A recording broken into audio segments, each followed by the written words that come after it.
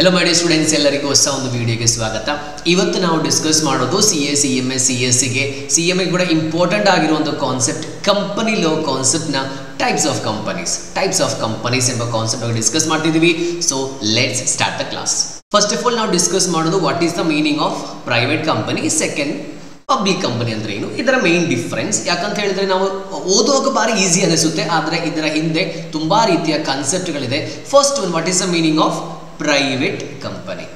Private company ಬಗ್ಗೆ definition ಹೇಳಿರೋದು 2 subsection 68 ನಲ್ಲಿ. ಇಲ್ಲಿ 2 ಸಬ್ಸೆಕ್ಷನ್ 68 ನಲ್ಲಿ ಈ ಒಂದು ಡೆಫಿನೇಷನ್ ಹೇಳಿದ್ದಾರೆ. So will discuss 2 subsection 68 mandatory ಆಗಿ. What is the meaning of private company? It is a type of company. Basically it is a type of company having a minimum paid up share capital. ಈ ಒಂದು business start ಮಾಡಲಿಕ್ಕೆ paid up, authorised capital, nominal capital ಎಲ್ಲ ನಿಮಗೆ ಗೊತ್ತಿರಬಹುದು. ಗೊತ್ತಿಲ್ಲ ಅಂದರೆ comment ಮಾಡಿ, ಅದ್ರ ಬಗ್ಗೆ ನಮಗೆ ವಿಡಿಯೋಸ್ ಮಾಡುವ. ಇಲ್ಲಿ having a minimum paid up share capital ಅಂತ ಹೇಳೋದು ಬೇಕು ಅಂತ ಹೇಳಿದ್ದಾರೆ. ಆಕ್ಚುಲಿ ಇಲ್ಲ, ಸ್ಟಾರ್ಟಿಂಗ್ ಅಲ್ಲಿ 1 lakh ಎಲ್ಲ ಇತ್ತು. 2015 ಅಮೆಂಡ್ಮೆಂಟ್ ಎಲ್ಲ ಬಂದ ಮೇಲೆ ಈಗ minimum paid up share capital ಇಲ್ಲ. You can start with any amount of money as may be prescribed. ಹೇಳಿದ್ರೆ, ಈಗ ಹೇಳಲಿಲ್ಲ. And which by its articles, ಇಲ್ಲಿ articles ಅಂತ ಹೇಳಿದ್ರೆ articles of association. So companies act, it is a type of company. ಇದರ articles of association ಅಲ್ಲಿ ಒಂದು speciality ಇದೆ. what is the speciality? First one, it restrict the right to transfer its shares ಅಂತ ಹೇಳಿದ್ರೆ equity shares ಬಗ್ಗೆ equity shares ಅಂತ ಅಂದ್ಕೊಳ್ಳಿ. restrict ಅಂತ ಹೇಳಿದ್ರೆ ಏನು? prohibition ಕೇಳಿದ್ದೀರಾ? restriction prohibits ಎರಡು ಅರ್ಥ. restrict ಅಂತ ಹೇಳಿದ್ರೆ ತಡೆಯೋದು, prohibition ಮಾಡಲೇಬಾರದು. ಇಲ್ಲಿ ರೆಸ್ಟ್ರಿಕ್ಟ್ ಏನು? Right to transfer. For example A, B, C ಅಂತ 3 ಜನ ಇದ್ದಾರೆ. ಇದರಲ್ಲಿ A ಅಂತ ಹೇಳೋನು, ಅವನು ಹೇಳೋದು ಐ ಆಮ್ ನಾಟ್ ಇಂಟ್ರೆಸ್ಟೆಡ್, ನಾನು ಈ ಬಿಸ್ನೆಸ್ ಇಂದ ಹೊರ ಹೋಗ್ತಿದ್ದೀನಿ. ಅವನಿಗೆ 20% ಶೇರ್ ಇದೆ ಅಂತ ಅಂದ್ಕೊಳ್ಳಿ, 20% ಶೇರ್ಸ್. ಈಗ ಇದು ಇವನಿಗೆ ಔಟ್ ಸೈಡರ್ಗೆ ಕೊಡಬೇಕು. ಈಗ D ಅಂತ ಒಬ್ಬನಿಗೆ ಕೊಡ್ಲಿಕ್ಕೆ A ಅಂತ ಒಬ್ಬನು ಏನು ತೀರ್ಮಾನ ಮಾಡ್ತಾರೆ. ಆಗ B, C ಹೇಳೋದು ನೀನು ಕೊಡು ಪರವಾಗಿಲ್ಲ, ಆದರೆ ಫಸ್ಟ್ ನಮ್ಮ ಹತ್ರ ಕೇಳು. ಯಾರ ಹತ್ರ? B, C ಗೆ ಬೇಕಾ ಅಂತ ಕೇಳು, ಬೇಡ ಅಂತಂದ್ರೆ ಮಾತ್ರ ಡಿಗೆ ಕೊಡು. ಸೊ ಇಲ್ಲಿ ಅವನ ಫ್ರೀಡಮ್ಗೆ ಒಂದು ಸಣ್ಣ ತಡೆ ಬಂತು, ಕರೆಕ್ಟ್ ಅಲ್ಲ? ರೆಸ್ಟ್ರಿಕ್ಷನ್. ಸೊ ಇಲ್ಲಿ ಪ್ರೈವೇಟ್ ಕಂಪನಿಯಲ್ಲಿ ಈ ರೆಸ್ಟ್ರಿಕ್ಷನ್ ಇದೆ, right to transfer it shares. A share transfer ಮಾಡುವಾಗ B and C ಹತ್ರ ಕೇಳಬೇಕು. This is called as, note ಮಾಡ್ಕೊಳ್ಳಿ, preemptive rights. Preemptive right. It means right to first ask or right to first refusal ಅಂತ. Okay, clear ಅಲ್ವಾ? Next, except in case of, exception ಹೇಳ್ತಾರೆ, except in case of 1% company. ಯಾಕಂತ ಹೇಳಿದ್ರೆ OPC ಯಾವ type of company ನಮ್ಗೆ ಗೊತ್ತುಂಟು? It is a private limited company, correct ಅಲ್ವಾ? It limits the number of its members to 200. It means what? 1% company ಅಂತ ಹೇಳುವುದು ಒಂದು ಪ್ರೈವೇಟ್ ಲಿಮಿಟೆಡ್ ಕಂಪನಿ. 1% ಕಂಪನಿ ಅಲ್ಲದ ಬಾಕಿ ಎಲ್ಲ ಪ್ರೈವೇಟ್ ಲಿಮಿಟೆಡ್ ಕಂಪನಿಯಲ್ಲೂ ಮ್ಯಾಕ್ಸಿಮಮ್ ನಂಬರ್ ಆಫ್ ಮೆಂಬರ್ಸ್ ಎಷ್ಟು? 200. ಮೆಂಬರ್ಸ್ ಅಂತ ಹೇಳಿದ್ರು ಇಕ್ವಿಟಿ ಶೇರ್ಸ್, ಪ್ರಿಫರೆನ್ಸ್ ಶೇರ್ಸ್ ಸೇರಿಸಿ ಮೆಂಬರ್ಸ್ ಅಂತ ಹೇಳೋದು. ಮ್ಯಾಕ್ಸಿಮಮ್ ನಂಬರ್ ಎಷ್ಟು? 200. ಇಲ್ಲಿ ಒಂದು ಎಕ್ಸೆಪ್ಷನ್ ಇದೆ, ಎಕ್ಸೆಪ್ಷನ್ ನಮಗೆ ಓದುವ. ಫಸ್ಟ್ ಎಕ್ಸೆಪ್ಷನ್, ಪ್ರೊವೈಡೆಡ್ ದಾಟ್ ಅಂತ ಹೇಳೋದೇನು? It is a provision, right? It is a provision, it is an exception to the provision. Exception ಏನು? ಮ್ಯಾಕ್ಸಿಮಮ್ 200. ಫಸ್ಟ್ ಪ್ರೊವಿಷನ್ ಏನು? Provided that where 2 or more persons hold 1 or more shares in a company. Which company? Private limited company jointly. They shall, for the purpose of this clause, which clause? Second clause, be treated as a single member.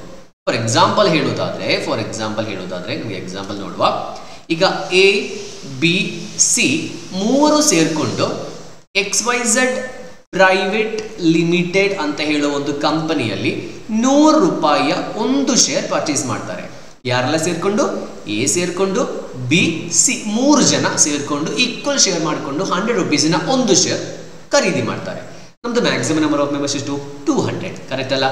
ಈಗ ಎಷ್ಟು ಜನ ಬಂದಿದ್ದಾರೆ? 3 ಜನ. ಇನ್ನು ಎಷ್ಟು ಜನರಿಂದ ಮಾತ್ರ fund raise ಮಾಡ್ಬೋದು? 197. ಆದರೆ ಎಷ್ಟು ರೂಪಾಯಿ ಮಾತ್ರ ಸಿಕ್ಕಿತು?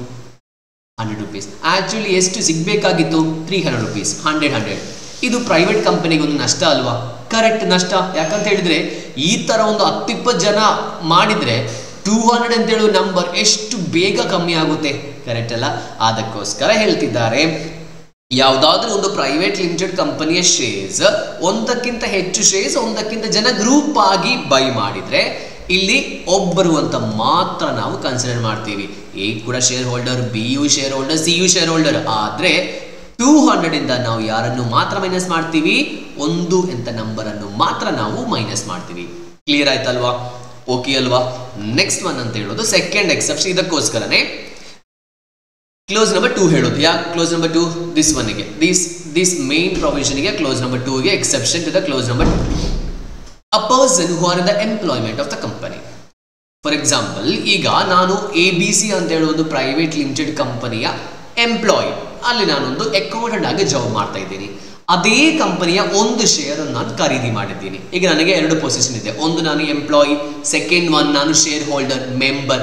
ಇಲ್ಲಿ ಯಾರೆಲ್ಲ ಎಂಪ್ಲಾಯ್ಮೆಂಟ್ ಇರುವಾಗ ಟೈಮಲ್ಲಿ ಒಂದು ಕಂಪನಿ ಅಂತ ಹೇಳಿದ್ರೆ ಪ್ರೈವೇಟ್ ಕಂಪನಿ ಶೇರ್ಸ್ ಅನ್ನು ಪರ್ಚೇಸ್ ಮಾಡ್ತಾರಾ, ಅವರನ್ನು ನಾವು 200 ಇಂದ ಮೈನಸ್ ಮಾಡಲ್ಲ.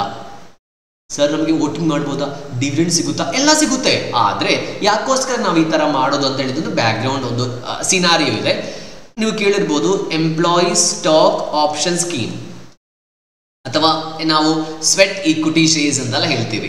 ಈ ಸ್ಟಾರ್ಟ್ಅಪ್ಸ್ ಈ ಹೊಸ ಒಂದು ಇನ್ನೋವೇಟಿವ್ ಐಡಿಯಾದೊಂದಿಗೆ ಕಂಪನಿ ಮಾಡಲಿಕ್ಕೆ ಬರುವ ಪ್ರೈವೇಟ್ ಲಿಮಿಟೆಡ್ ಕಂಪನಿಯಲ್ಲಿ ಜಾಸ್ತಿ ಹಣ ಇರಲ್ಲ, ಐಡಿಯಾಸ್ ಮಾತ್ರ ಇರುತ್ತೆ. ಈ ಐಡಿಯಾ ಡೆವಲಪ್ ಮಾಡಬೇಕಾದ್ರೆ ತುಂಬ IT ಇನ್ಫಾರ್ಮೇಷನ್ ಟೆಕ್ನಾಲಜಿ ಗೊತ್ತಿರುವ IT ಫೀಲ್ಡಲ್ಲಿ ತುಂಬ ನಾಲೆಜ್ ಇರುವ ಜನರ ಸಪೋರ್ಟ್ ಈ ಒಂದು ಕಂಪನಿಗೆ ಬಹಳ ಇಂಪಾರ್ಟೆಂಟ್. ಈ ಒಂದು ಸಂದರ್ಭದಲ್ಲಿ ಏನು ಮಾಡ್ತಾರೆ, ಒಳ್ಳೆ ಟೆಕ್ಕೀಸ್ ಅನ್ನು ಹೈರ್ ಮಾಡ್ತಾರೆ. ಹೈರ್ ಮಾಡಿ ಅವರ ಹತ್ರ ಹೇಳ್ತಾರೆ, ನಿಮಗೆ ಸ್ಯಾಲರಿ ನಮ್ಗೆ ಇಷ್ಟು ಕೊಡೋಕೆ ಆಗಲ್ಲ, ಸ್ಯಾಲರಿ ನಾವು ಕಮ್ಮಿ ಕೊಡ್ತೀವಿ, ಆದರೆ ನಮ್ಮ ಕಂಪನಿ ಇಷ್ಟು ಶೇರ್ ನಿಮಗೆ ಕೊಡ್ತೀವಿ. ಈಗ ಒಂದು ಅಂದಾಜು ಒಂದು 1000 ಎಂಪ್ಲಾಯೀಸ್ ಇರುವ ಒಂದು ಕಂಪನಿ ತನ್ನ ಕಂಪನಿ ಎಲ್ಲ ಎಂಪ್ಲಾಯೀಸಿಗೂ ಒಂದೊಂದು ಶೇರ್ ಕೊಡ್ತಾರೆ. ಯಾಕೆ? ನಮ್ಮ ಸ್ವಂತ ಅಂತ ಹೇಳುವಾಗ ನಾವು ಸ್ವಲ್ಪ ಜಾಸ್ತಿ ಕೆಲಸ ಮಾಡ್ತೀವಿ, ಕರೆಕ್ಟ್ ಅಲ್ಲ? ಈಗ ನಿಮ್ಮ ಒಂದು ಬಾಡಿಗೆ ಕಾರ್ ತೆಗೆಯುವಾಗಲೂ ನಿಮ್ಮ ಸ್ವಂತ ಕಾರ್ ನೀವು ಉಳಿಸುವಾಗಲೂ ಎರಡು ರೀತಿಯಲ್ಲಿ. ನಿಮ್ಮದೇ ಕಾರ್ದಾದ್ರೆ ನೀವು ಭಾರಿ ಒಳ್ಳೆಯದಾಗಿ ನೋಡ್ಕೊಳ್ತೀರಾ, ಬಾಡಿಗೆ ಕಾರ್ ಆದರೆ ನೀವು ಆ ಕಡೆ ಎಲ್ಲ ನೀವು ಏನು ನಿಮಗೆ ಹೋಗುವ ಥರ ನೀವು ಹೋಗ್ತಾನೆ ಇರ್ತೀರಾ, ನೀವು ರೇಸ್ ಮಾಡ್ತೀರಾ, ಕರೆಕ್ಟ್ ಅಲ್ವಾ? ನಮ್ಮ ಸ್ವಂತ ಕಂಪನಿ ಅಂತ ತಿಳ್ಕೊಳ್ಳಿಕ್ಕೆ ಕಂಪನಿ ಓನರ್ಸ್ ಏನು ಮಾಡ್ತಾರೆ, ಎಲ್ಲ ಎಂಪ್ಲಾಯೀಸಿಗೂ ಸ್ವಲ್ಪ ಶೇರ್ಸ್ ಕೊಡ್ತಾರೆ. ಇಲ್ಲಿ ನೋಡಿ 1000 ಎಂಪ್ಲಾಯೀಸಿಗೆ ಕೊಟ್ಟಾಯ್ತು. ನಮ್ಮದು ಮ್ಯಾಕ್ಸಿಮಮ್ ಲಿಮಿಟ್ ಎಷ್ಟು? 200. ಈ ಲಿಮಿಟ್ ಅಲ್ಲಿ ಒಂದೊಂದು ಶೇರ್ ಪರ್ಚೇಸ್ ಮಾಡಿದವರು ಶೇರ್ ಹೋಲ್ಡರ್ ಅಲ್ವಾ? 10 ಶೇರ್ ಪರ್ಚೇಸ್ ಮಾಡಿದ್ರು ಶೇರ್ ಹೋಲ್ಡರು. ಅದಕ್ಕೋಸ್ಕರ ನಾವೇನ್ ಮಾಡ್ತೀವಿ, ಎಂಪ್ಲಾಯೀಸ್ ಅನ್ನು ಇದರಿಂದ ನಾವು ಮೈನಸ್ ಮಾಡ್ತೇವೆ. ಅದೇ ರೀತಿಯಲ್ಲಿ persons who have been formerly in the employment of the company ನಾವೇನ್ ಮಾಡ್ತೀವಿ, ಯಾಕಂತ ಹೇಳಿದ್ರೆ ಒಳ್ಳೆ ಕಂಪನಿ ಆದ್ರೆ ಅವರು ಕಂಪನಿ ಬಿಟ್ಟು ಹೋದ್ರು ಅವ್ರೇನ್ ಮಾಡ್ತಾರೆ, ಶೇರ್ ಮೇಂಟೈನ್ ಮಾಡ್ತಾರೆ. ಕಂಪನಿ ಬಿಟ್ಟು ಹೋಗುವಾಗ ಅವರು ಶೇರ್ ಬಿಟ್ಟು ಹೋಗಲ್ಲ. ಆ ಒಂದು ಟೈಮಲ್ಲಿ ಏನು ಫಾರ್ಮರ್ ಎಂಪ್ಲಾಯೀಸ್ ಇದ್ದಾರಲ್ಲ ನೋಡಿ, ಇಲ್ಲಿ persons who have been formerly in the employment of the company were members. First point employment ಆಗಿದ್ರು, ಅದೇ ರೀತಿಯಲ್ಲಿ ಮೆಂಬರ್ಸು ಆದ್ರು. ನಾವು they have ceased to be a employee. Employment ceased ಆಯಿತು, ಆದರೆ ಏನಾಯಿತು, ಮೆಂಬರ್ಸ್ ಆಗಿ ಕಂಟಿನ್ಯೂ ಆದರು. ಆ ಒಂದು ಸಿಚುವೇಶನಲ್ಲೂ ನಾವೇನು ಮಾಡಬೇಕು, shall not be included in the number of members. ಇಲ್ಲಿ ಅವರು ಶೇರ್ ಹೋಲ್ಡರ್ ಆಗಿರ್ತಾರೆ, ಅವರಿಗೆ ವೋಟಿಂಗ್ ರೈಟ್ ಇದೆ, ಡಿವಿಡೆಂಡ್ ರೈಟ್ ಇದೆ, ಎಲ್ಲ ಇದೆ. ಆದರೆ 200 ಅಂತ ಹೇಳುವ ನಂಬರಿಂದ ನಾವು ಅವರನ್ನು ಮೈನಸ್ ಮಾಡಲ್ಲ. ಯಾಕೋಸ್ಕರ ಹೀಗೆ ಮಾಡಲ್ಲ ಅಂತ ಆಬ್ಜೆಕ್ಟ್ ನಿಮಗೆ ಅರ್ಥ ಆಯಿತು ಅಂತ ಅಂದ್ಕೊಳ್ತಿದ್ದೀನಿ. ಲಾಸ್ಟ್ ಒನ್ ಥರ್ಡ್ ಅಂತ ಹೇಳೋದು ಇಟ್ ಈಸ್ ಪ್ರೊಹಿಬಿಷನ್. ಇಲ್ಲಿ restriction, this is prohibition. Entirely prohibition ಅಂತ ಹೇಳಿದ್ರೆ ಯಾವುದೇ ಸಿನಾರಿಯೋದಲ್ಲಿ ಮಾಡಲಿಕ್ಕೆ ಪರ್ಮಿಷನ್ ಇಲ್ಲ. ಏನು ಪರ್ಮಿಷನ್ ಇಲ್ಲ?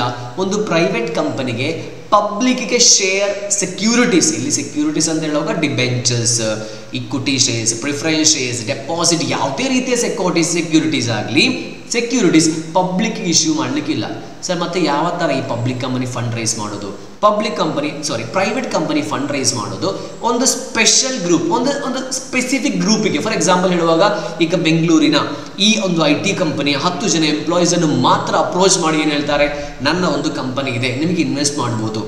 They are also a part of the public. But approach ಮಾಡೋದು ಯಾವ ಥರ? ನಾನು ಸ್ಟ್ಯಾಟಸ್ ಹಾಕಲಿಲ್ಲ, ಫೇಸ್ಬುಕ್ಲಿ ಲೈವ್ ಹೋಗಲಿಲ್ಲ, ನಾನು ಜಸ್ಟ್ ಆ ಸ್ಪೆಸಿಫಿಕ್ ಗ್ರೂಪ್ ಹತ್ರ ಮಾತ್ರ ಏನು ನಾನು ಕೇಳಿದ್ದು, ಕರೆಕ್ಟ್ ಅಲ್ವಾ? ಈ ಥರ ಮಾಡುವಾಗ ಪಬ್ಲಿಕ್ಗೆ ನಾನು ಸೆಕ್ಯೂರಿಟೀಸ್ ಇಶ್ಯೂ ಮಾಡಲಿಲ್ಲ, ಪ್ರೈವೇಟಿಗೆ ಮಾತ್ರ. ಸೊ ಆಗ ಸರ್ ಪ್ರೈವೇಟ್ ಕಂಪನಿಗೆ ಯಾವತ್ತೂ ಪಬ್ಲಿಕ್ ಶೇರ್ ಇಶ್ಯೂ ಮಾಡೋಕ್ಕಾಗಲ್ಲ. ಮಾಡ್ಬೋದು. ಏನು ಮಾಡಬೇಕು ನೀವು? ಫಸ್ಟ್ ಪ್ರೈವೇಟ್ ಕಂಪನಿಯಿಂದ ಪಬ್ಲಿಕ್ ಕಂಪನಿಗೆ ನೀವು ಕನ್ವರ್ಟ್ ಮಾಡಬೇಕು. ನೆಕ್ಸ್ಟ್ ಸ್ವಲ್ಪ ಎಕ್ಸ್ಟ್ರಾ ಪಾಯಿಂಟ್ಸ್ ಇದೆ. Minimum number of members 2, maximum number of members 200. ಈ ಡೈರೆಕ್ಟರ್ಸ್ ಆದರೆ ಮಿನಿಮಮ್ 2, ಮ್ಯಾಕ್ಸಿಮಮ್ 15. ಲಾಸ್ಟ್ ಆಗಿ ನೀವು ಯೂಸ್ ಮಾಡಬೇಕು ಸಿನೋನಿಮ್ ಅಲ್ಲ ಸಫಿಕ್ಸ್. ಪ್ರೈವೇಟ್ ಲಿಮಿಟೆಡ್ ಅಂತ ಯೂಸ್ ಮಾಡ್ಬೋದು. ಅಥವಾ ಪಿ ಬ್ರಾಕೆಟ್ ಲಿಮಿಟೆಡ್ ಅಂತ ಯೂಸ್ ಮಾಡ್ಬೋದು, ಅಥವಾ ನಿಮಗೆ ಪ್ರೈವೇಟ್ ಲಿಮಿಟೆಡ್ ಅಂತ ಬರೀಬೋದು. ಇದೆಲ್ಲ ಏನು private limited company basic inform. ಇದಲ್ಲದೆ ತುಂಬ ಎಕ್ಸಂಪ್ಷನ್ಸು, ಮೋಡಿಫಿಕೇಶನ್ಸ್, ರೆಸ್ಟ್ರಿಕ್ಷನ್ಸ್ ಎಲ್ಲ ಇದೆ, ನಮಗೆ ಮುಂದೆ ನೋಡೋ. This is about the basic. Next public company ಭಾರಿ simple, completely opposite to private company. ಏನು ಹೇಳೋದು?